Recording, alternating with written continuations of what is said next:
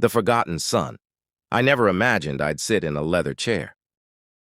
Inside an office that looked out over acres of green land and a private lake. I never thought I'd see my adoptive parents and sister, huddled outside my gates holding signs and pretending they cared. Yet here I am, 32 years old, staring at the security monitor, while the very people who once dismissed me now beg for my attention. But before I explain how I ended up in this position, I need to go back to the beginning. I was adopted when I was only 6 months old. For most people, adoption means being chosen, being loved as if you were born into the family. For me, it meant a lifetime of reminders that I was never truly theirs. My adoptive parents didn't hide the fact that I wasn't their biological child. In fact, they seemed almost proud of reminding me. 2 years after they took me in, they had a daughter of their own. She was their miracle baby, their pride and joy, the answer to all their prayers. And from that day forward, everything about my life was measured against hers. And I always came up short. When we were little, she got the bigger bedroom, with sunlight pouring in through bay windows. I got the cramped room at the end of the hall. She got brand new clothes. Every season I wore her hand-me-downs, or thrift store finds when birthdays rolled around. Hers meant balloons, cake, and expensive presents. Mine was often forgotten, or marked by a single wrapped shirt with a forced smile. They never said the words directly, but their actions screamed it. She was their real child, I was the extra. By the time high school came, the differences weren't just small slights anymore. My sister had a college fund waiting for her tutors, prep classes, anything she needed to excel me. When I asked about help for my future, my adoptive father looked me dead in the eye and said, "You should be grateful. We fed you and kept a roof over your head for 18 years. That's more than most would have done. Real children deserve investments. You'll need to make your own way." So I did. I worked 3 jobs, sometimes falling asleep on textbooks after midnight, only to wake up before dawn to scrub dishes in a diner. I put myself through community college, while living in a mold-infested studio that smelled like damp socks. Meanwhile, my sister walked across the stage at Stanford debt-free, cheered on by the entire family. She became a lawyer, married another lawyer, moved into a suburban dream house with 2 cars in the driveway. I scraped by, bouncing from one job to another, never quite climbing high enough to feel stable. 2 months ago, I thought maybe, just maybe, things had changed. My adoptive parents called me over for dinner. It was rare for them to invite me, and part of me hoped it meant a step toward reconciliation. I walked into their spotless living room with a little optimism in my chest. That optimism didn't last long. They told me they'd updated their will, everything. Every asset, the house, the investments, even the failing family business was going to my sister. When I asked why, my adoptive father shrugged with casual cruelty. Because adopted kids don't deserve a dime of what we've built. For our real family, the words hit harder than I could have imagined. But what cut deeper was my sister sitting smugly in the corner, smirking like it was some grand joke. She leaned forward and said, "Face it, you're not even real family." Then she laughed sharp and cold. I left that night with my ears burning, humiliated but also strangely relieved. There, it was spoken aloud. The truth I'd lived my whole life. I wasn't theirs, not in any way that mattered. 3 days later, the last thread of stability in my life snapped. My landlord sold the building, and I couldn't afford the deposit for a new place. I was evicted, with little more than a suitcase and the few savings I had left. For a week, I slept in my car, showered at the gym, and used cafe Wi-Fi to scroll through job postings that never panned out. 32 years old, and I had nothing. No family, no home. No future. That was the moment my life was about to change forever. But I didn't know it yet. The family I never knew. The day everything changed started. Like any other, I was sitting in a crowded coffee shop, sipping the cheapest black coffee they sold, leeching off their Wi-Fi, while scrolling through job sites. My car was parked outside with most of my life, packed into the back seat. I smelled faintly of the gym showers I'd been relying on, and my clothes were starting to look more worn than professional. I felt invisible. Then someone said my name. I looked up and saw a man in a tailored suit, the kind that cost more than I'd made in a month. He carried a leather briefcase and looked like he belonged in a skyscraper office, not a cafe, full of broke college kids and tired freelancers. "Are you my name?" he asked. I froze. People didn't usually know my name, unless they were debt collectors or former managers chasing me down for extra shifts. But this man smiled with calm confidence. "I'm here on behalf of a law firm," he explained. "We've been searching for you for quite some time." I thought it was a scam. Another cruel joke from the universe. But then he said words that knocked the breath out of me. "Your biological parents have passed away, and they left everything to you." For a moment, I couldn't process it. My biological parents. I'd spent my whole life assuming they'd given me up and never looked back. The adoption paperwork had been sealed. My adoptive parents had always painted them as careless strangers who didn't want me. And now here was this man, saying they'd been looking for me for 3 decades. He slid an envelope across the table. Inside were photographs. My hands shook as I looked at them. A woman with eyes shaped, just like mine. A man with the same stubborn jawline I saw in the mirror every morning. Pictures of them when they were my age, and it was like staring into alternate versions of myself. The lawyer explained that they had fought the adoption from the very beginning. The agency had lied to them, told them I'd gone to a family across the country, made it impossible to track me down. But they had never stopped searching. They hired investigators, spent money they didn't have, chased every lead, no matter how small. They hadn't given up. And then he told me something that broke me completely. "They kept a room for you," he said gently. I didn't understand, he clarified. For 31 years, in their home by the lake, they'd kept my room ready. Blue walls, a crib that eventually turned into a desk. Shelves filled with school supplies for grades I never attended. Christmas presents wrapped each year and stored in the closet, waiting for the son who might come home. By the time the lawyer handed me a letter, I could barely see through my tears. It was written in my biological mother's handwriting. In it, she explained everything: the lies, the court battles, the hope that someday I'd know the truth. She wrote about how much they loved me, even though they'd never had the chance to raise me. She ended the letter with one simple line that etched itself into my soul: "You have always been our son." Always. Then came the numbers. I had braced myself for an emotional storm. But I wasn't ready for the financial reality. My biological father had built a tech company in the 80s. My mother had invested wisely in real estate.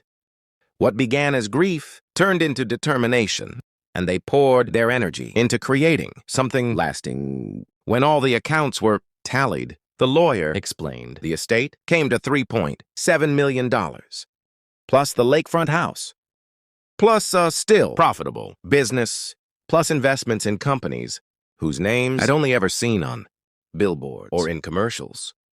All of it was mine. I was their only heir, their only child, their only family. The days that followed felt unreal. The law firm handled the logistics. transferring accounts, securing property deeds, setting up trusts. I bought new clothes that actually fit, cut my hair, and stared at myself in the mirror, like I was meeting someone new. And then I walked into the house by the lake. It was just as the lawyer had described. My room was on the second floor, painted a soft blue that seemed frozen in time. But it wasn't just the room. It was the evidence of their love. Everywhere, framed photographs of me lined the walls. Somehow they'd gotten copies of my school pictures, even a blurry snapshot from my community, college, graduation. I didn't know how they'd found them.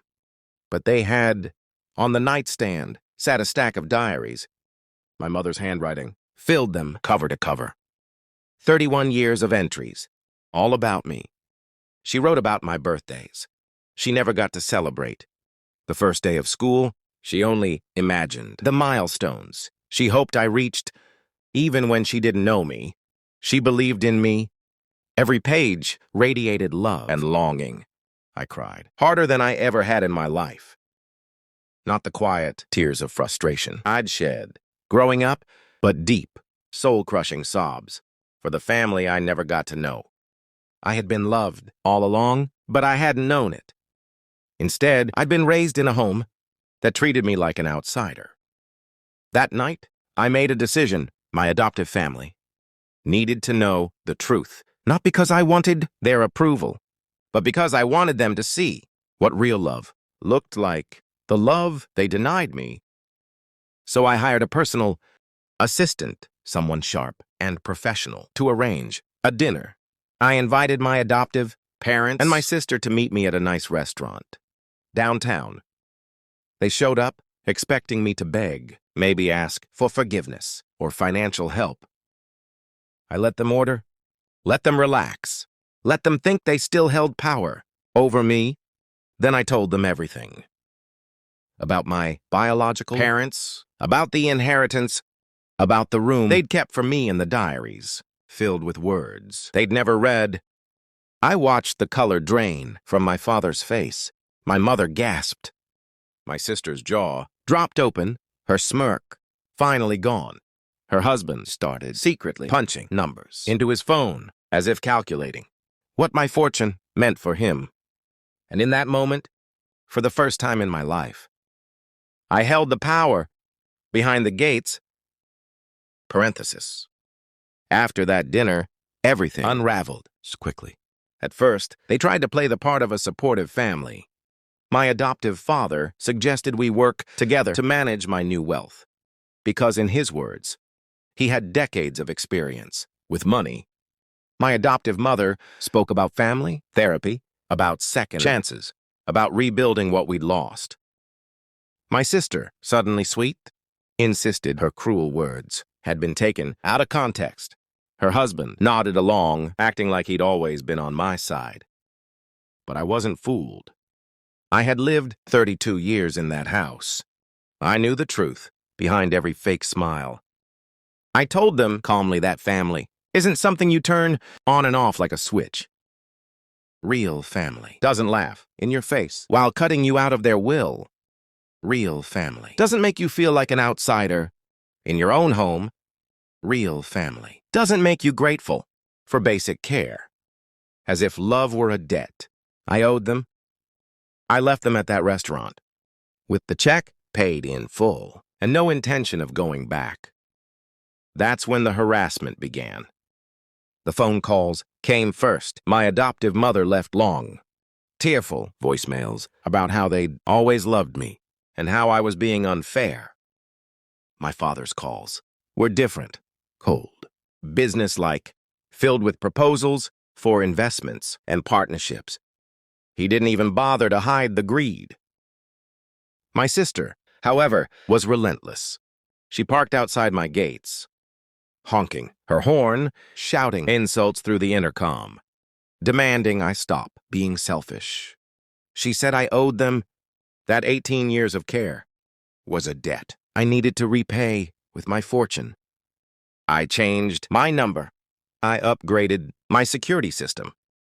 My lawyer sent cease and desist letters. None of it stopped them. Then my assistant discovered the truth. They weren't wealthy at all. The perfect suburban life had been a facade. The family business was collapsing. The house was mortgaged twice over. Their credit cards were maxed. Their savings gone. My sister's law practice was drowning in debt. Her husband's firm had lost clients, and their entire lifestyle was crumbling. Suddenly, it all made sense. Their cruelty about excluding me from the will wasn't about protecting their fortune. It was about hiding the fact there was nothing left to inherit. But now that I had something, I was their only lifeline. Weeks later, it all came crashing down. My adoptive parents lost their house. The foreclosure was public record, and my assistant alerted me. The moment it hit the listings, they moved into a tiny rental apartment, stripped of the life they'd once flaunted. My sister, drowning in her own financial mess, couldn't support them either. That's when they showed up at my gates. One morning, I checked the security cameras, and there they were. My adoptive mother, father, and sister sitting on the sidewalk outside my estate. They held cardboard signs like protesters. My mother's read, "Please help your family." My father said, "Homeless and hungry." My sister's simply read, "You're all we have left." The irony almost made me laugh. For years, I wasn't family. For years, I wasn't real. And now, suddenly, I was their only family.